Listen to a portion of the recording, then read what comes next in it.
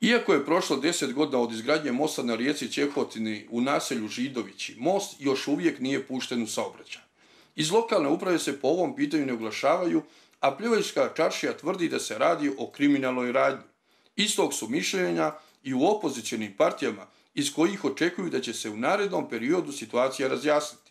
Pa evo, nažalost, ni ovaj kao ni mnogi drugi projekti trenutne vlasti u Pljevljima na čelu sa Demokratskom partijom socijalista nije u potpunosti realizovan.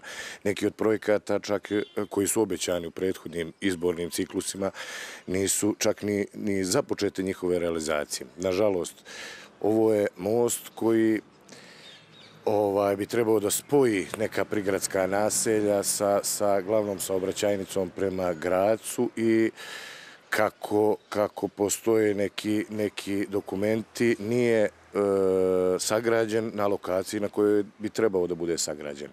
Građen je u periodu kada je na vlasti bila također Demokratska partija socijalista i menadžer opštine je bio aktuelni predsjednik opštine gospodin Igor Golubović.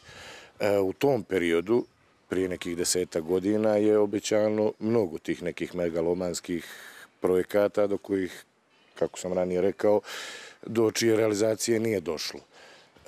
Za očekivati je bilo nakon ponovnog dolaska Demokratske partije socijalista, čak i predsjednika, odnosno tadašnjeg menadžera, a sadašnjeg aktualnog predsjednika gospodina Golubovića, za očekivati je bilo da se nastavi sa realizacijom upravo tog projekata, zbog kojih je doživljavao čak i niz kritika i od opozicije i od nekih drugih ljudi iz javnog života našeg grada.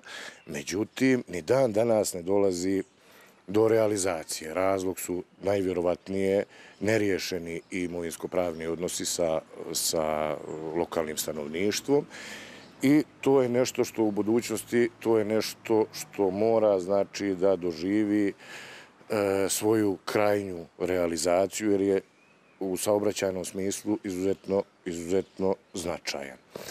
Most simbolički bi trebao upravo da spaja, a ne da razdvaja, međutim, kao i ranije po oprobanom receptu Demokratske partije socijalista, sve razdvajaju, pa kod njih čak ni most ne može nešto da spoji. Janjušević kaže da je most trebao da poveže naselje Židovići i Vidre, odnosno Vidre sa glavnom komunikacijom grada Pljevlja, ali da to nije urađeno jer je most sagrađen na pogrešnoj lokaciji. Pa iz nekih dokumenata do kojih sam imao priliku da dođem, vidi se da je most trebao nekih 10-15 metara, možda i više, uzvodno da stoji. I tu čujem da su neki seljani čak nudili besplatno zemljište, da bi tu već postoji neki put. Nudili su besplatno zemljište da bi se došlo do realizacije, do krajnjeg cilja, da se spoji. Prema riječima Janjuševića, posebno treba ispitati da li je most podignut na dijelu gdje je korito rijeke uže, kako bi razlika u cijeni ostala u nečijem džepu.